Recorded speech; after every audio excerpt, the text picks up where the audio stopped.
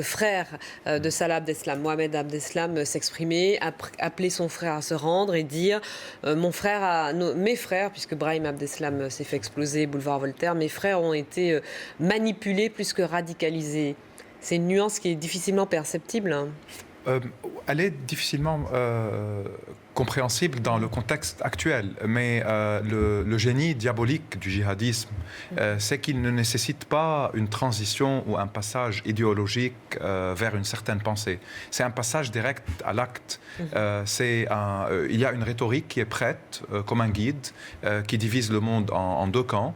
Le camp de l'islam, tel compris ou tel expliqué par les djihadistes eux-mêmes, et les ennemis de l'islam, y compris des musulmans, parfois pieux même, mais qui n'adoptent pas exactement ce mode opératoire.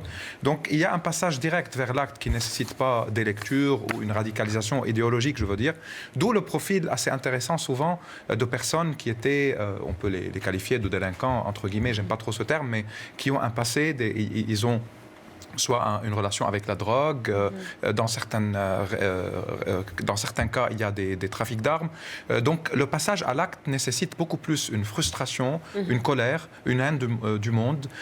Et les djihadistes, notamment l'État islamique, arrivent à travers certaines vulnérabilités, à travers le repérage de ces profils-là, à leur donner une image, une illusion, un fantasme, qui vont être super puissants, qui seront un modèle à suivre par des jeunes dans les quartiers où ils vivent, qui sont eux-mêmes abandonnés à leur misère et leur frustration.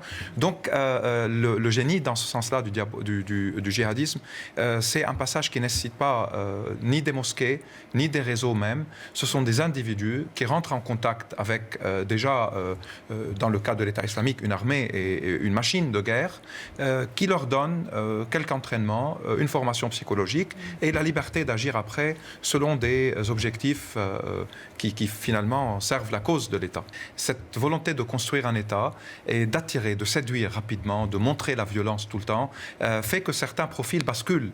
En plus, avec toutes les victimisations et parfois toutes les légitimités de certaines causes qui sont utilisées pour des fins de recrutement ou pour des justifications d'actes, il est devenu plus facile pour eux de repérer, de recruter. Ils le font sur les réseaux sociaux, ils le font par des réseaux déjà existants sur lesquels ils ont construit leur nouvelle expérience, et ils le font aussi parce qu'ils ont en Syrie et en Irak aujourd'hui un territoire qu'ils contrôlent, qui profite du pourrissement de la situation, qui joue sur des gens en quête de virilité, d'identité, qui partent là-bas en pensant que c'est la société musulmane, et voilà qu'ils arrivent à surprendre aussi. Et en plus, c'est la surenchère entre Al-Qaïda qui se montre encore plus capable, encore plus puissant dans sa guerre face aux Occidentaux, mais également aux sociétés locales du Moyen-Orient.